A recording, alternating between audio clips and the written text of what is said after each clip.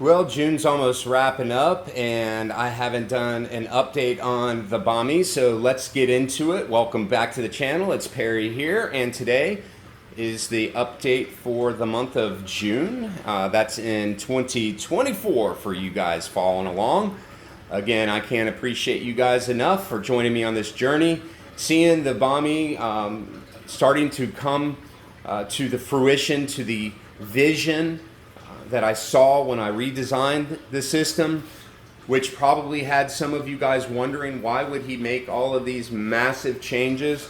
I hope you can see that in those changes there really was an idea, and thankfully I've been able to put it together to get what I feel is my best interpretation or replication of a Bommie.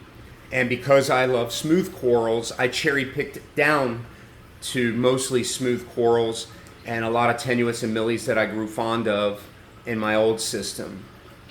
So what I decided to present was the smooth Bommie. So I think it's important you understand a little bit of the backstory of where this comes from and why I chose to do what I did.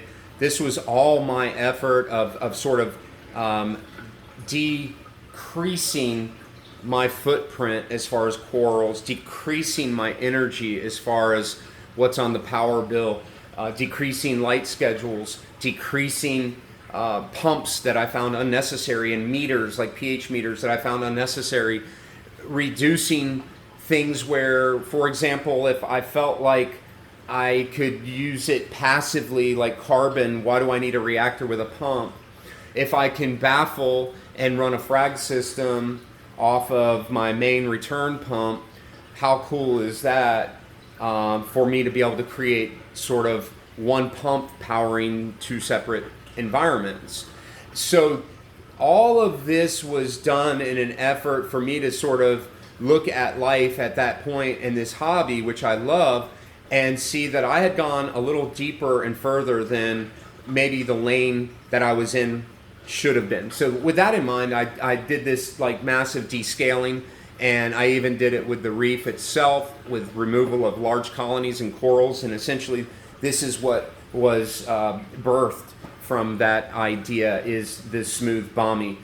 So I wanted the audience that might have watched some other videos that might not have seen, you know, where we're headed videos, to understand where that all comes from, so that so that you guys understand, like, because to take a system that's like end to end, top to bottom, full of crazy amounts of acros and colonies that were huge, and tables and all these old school lineages, and then to have another tank that was also filled with redundancy of those and others that weren't in the main display, I started to feel like I was a coral grower, not an artist. And you know, there's nothing wrong with any lane that you want to choose. There's absolutely nothing wrong with any avenue you want to take in reef keeping. All of them are good. You choose. However, for me, my taste, my OCD, the things that I have to satisfy, for me, the art part plays in. And for me, I have to have it aesthetically the way I want to see it. And that's where modular reefing, earlier videos, come into play. That's where using different techniques for mounting or replication of rock and things like that, for keeping that open flow pattern. All of these things were all from learning and previous experience. So just understand that this is just nothing more. What we're looking at here is nothing more than 18 years plus of keeping acroporas and experiences, pitfalls, failures, heartaches, breaks, you name it, throughout the journey. So that's where it now rests. So let's do a quick catch up. Where are we at? People often ask about colors, and so let's talk about them, but let's take a different angle when we do. So thank you for taking in my favorite angle. I like this side mainly because when the Bommie was designed, it was designed in such a way that this angle gave me what would look like a Bommie out in nature. I wanted to see like an outcrops type of reef, a patch reef, if you will, where you could look across this reef and see blue, like the walls painted blue behind, And when you look through the reef, you see that blue. It almost makes you feel like you're looking in the ocean through a reef, and you see nothing but just this empty sea behind. And that really fulfilled that OCD aspect of my style. And we all have our own style. There's no one way. Again, it's just the way I interpret a Bommie to look in my mind. And so that was the whole design here. So keeping that in mind, this obviously, for that reason alone, is my favorite viewpoint. So thank you for sharing it with me. But in terms of colors, what's going on here? I started using Alan Vo's concoction, and that also has probably contributed to the nutrient reduction as he claimed it would when we were interacting back and forth, likely to the metabolic increase, and we got into that in that video, so I won't spend a whole lot of time on that. I've always been a firm believer in frozen foods, and I won't back off that stance. So I do continue to feed a high-end frozen diet, which parlays into coloration, in my opinion. However, Alan Vo's product, the concoction, fits neatly into my style, neatly into my approach. And that being said, I used it last night. I will use it every 3 to 4 days moving forward. Again, for the frag system, it's a gem, but I share a dose between both systems. When dosing, I dose in both systems. I am seeing microverts increase, so I'm seeing, snails and things of that nature reproduce. It eludes me to believe that there is a beneficial aspect of it to all forms of life, including coral.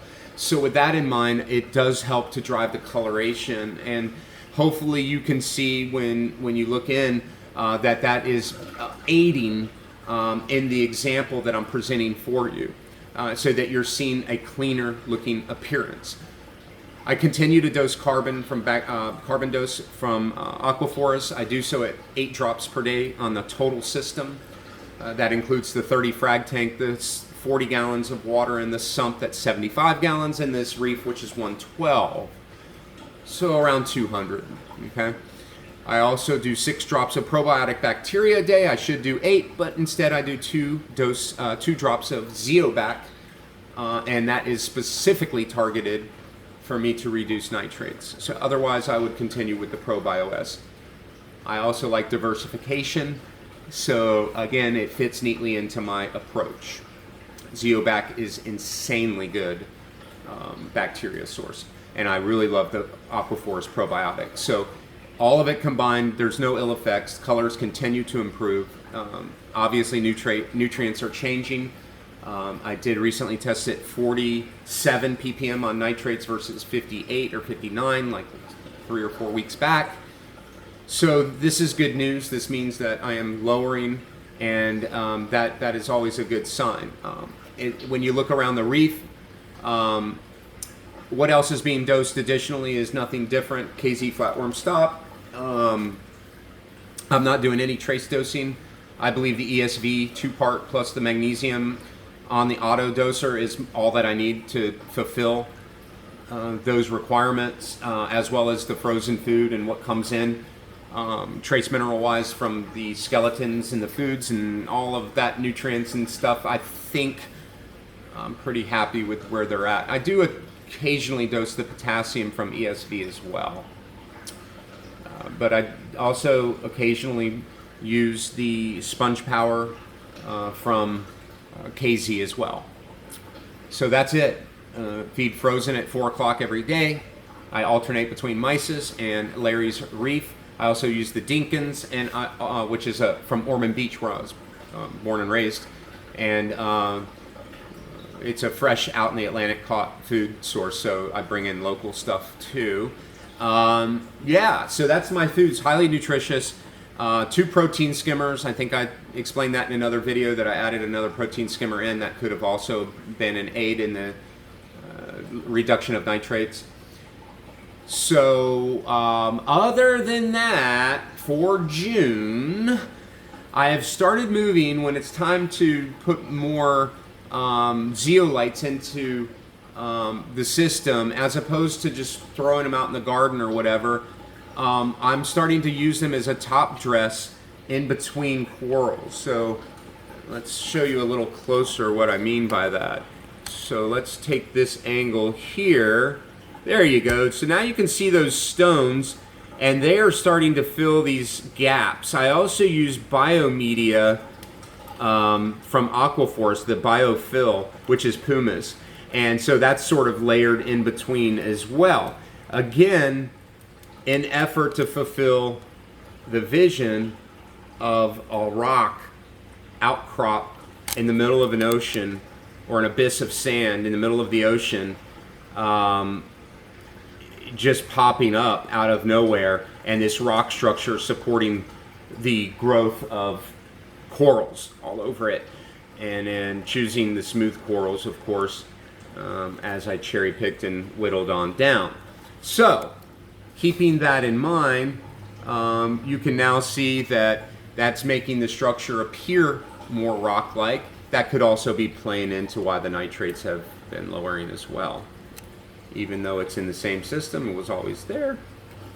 That could have changed this microenvironment. And again,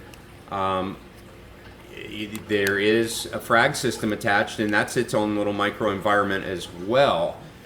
So, you know, we can't discount that and just assume that because everything is hunky-dory in this system, that it is equally in the other microenvironment. We still got to keep our eye on that other tank, is what I'm trying to say. Now with more of a front-on angle, you know, it brings, again, into perspective the design, fitting the OCD nature of my eye. I can't help it, but it does. And what this, again, this gives sort of like a pyramid structure, and the power heads are pushing off the back wall, so they're not as visible in this, in what you're seeing here. In real life, you can see them, but the video kind of mutes them. But you can see, again, it's, you know, the design with those pushing forward. You can see one in the right on the lower part and one higher on the left part.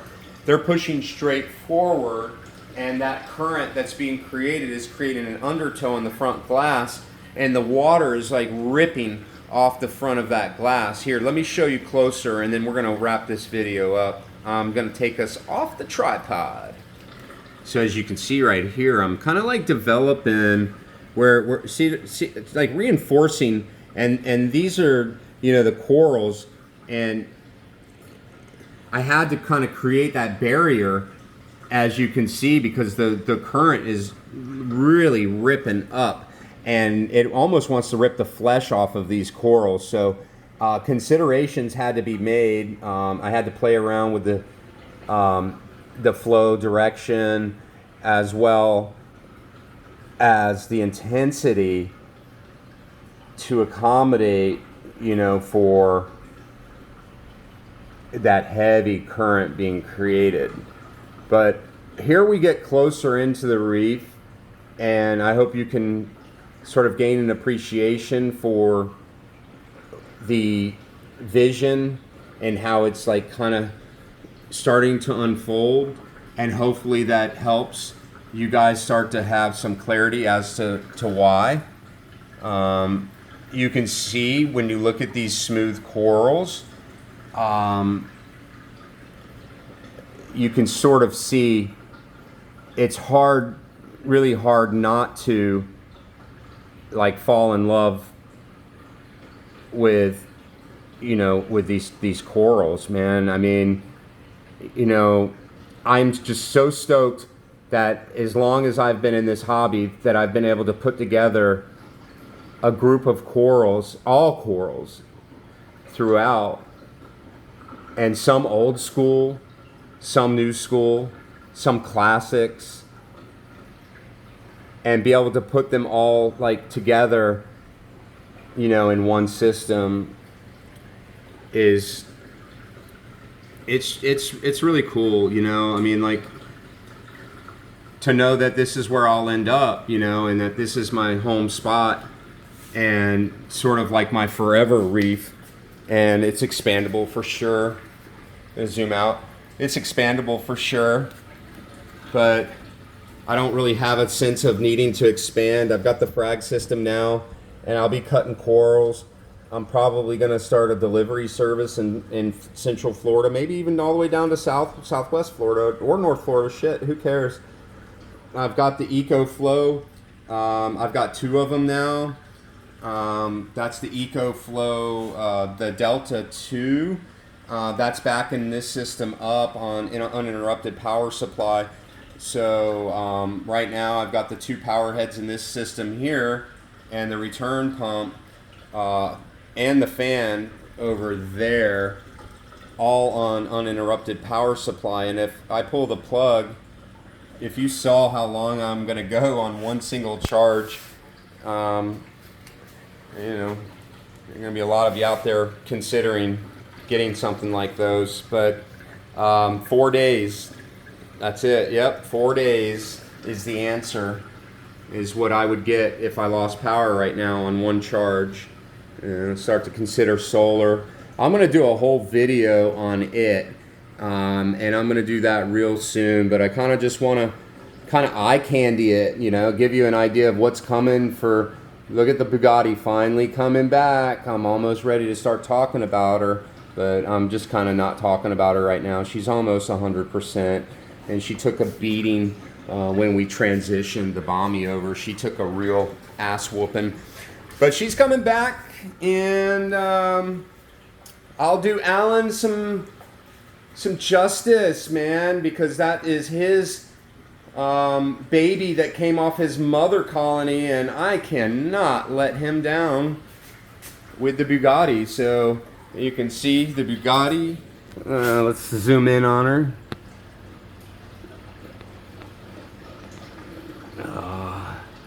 Let's see. Right there in the center of the screen,